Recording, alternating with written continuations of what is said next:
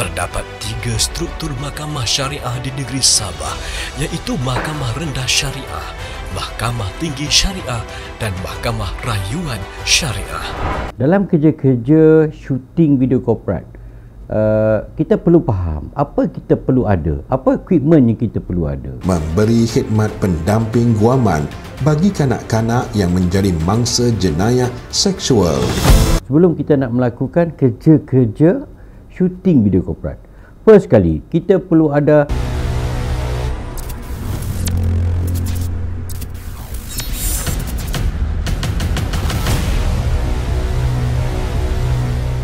Inna Allah ya'murukum an tu'addul amanati ila ahliha wa idha hakamtum bainan nasi an tahkumu bil adl.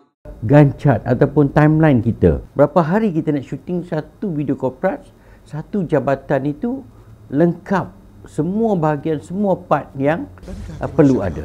Kita dah melihat kepada susunan skrip tu sendiri, susunan ayat dalam skrip tu sendiri. Kita perlu highlight, kita perlu cari maklumat-maklumat yang ada dalam skrip. Macam saya go through dulu. Saya tengok dalam skrip tu bahagian pentadbiran. Okey, so saya catatkan berapa panjang paragraf bahagian pentadbiran. Memutus, menguatkuasa dan melaksanakan perintah berasaskan hukum syarak dan undang-undang bertulis.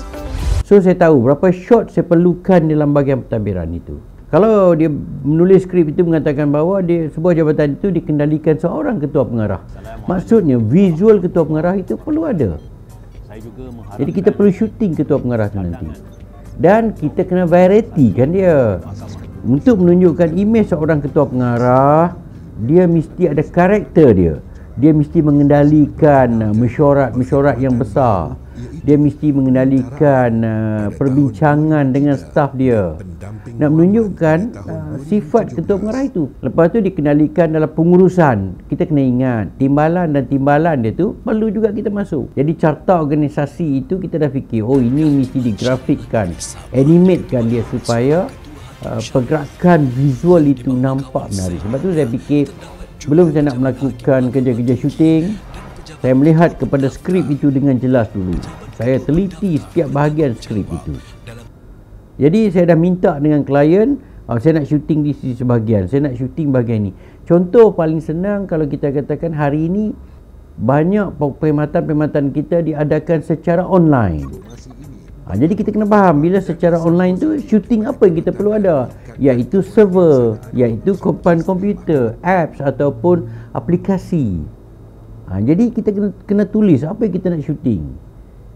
Kita perlu faham dulu bahagian syuting ni sebenarnya adalah imej besar yang perlu dijaga.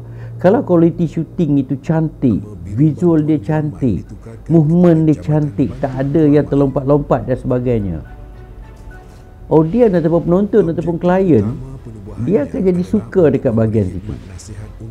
Jadi kita perlu faham dekat syuting ini kita kena very particular sangat. Satu, kita perlu apa? There is a teknologi di dalam kamera itu sendiri. Okey, adakah kita nak main depth, kita nak main bokeh, kita nak main soften? Itu satu. Lepas tu kita nak image itu jelas, dia punya skin tone dia. So sokongan-sokongan seperti lighting.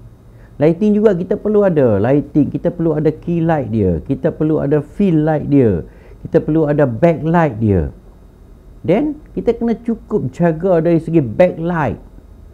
Cahaya daripada luar yang masuk daripada belakang objek hingga menggelapkan imej di depan kamera kita.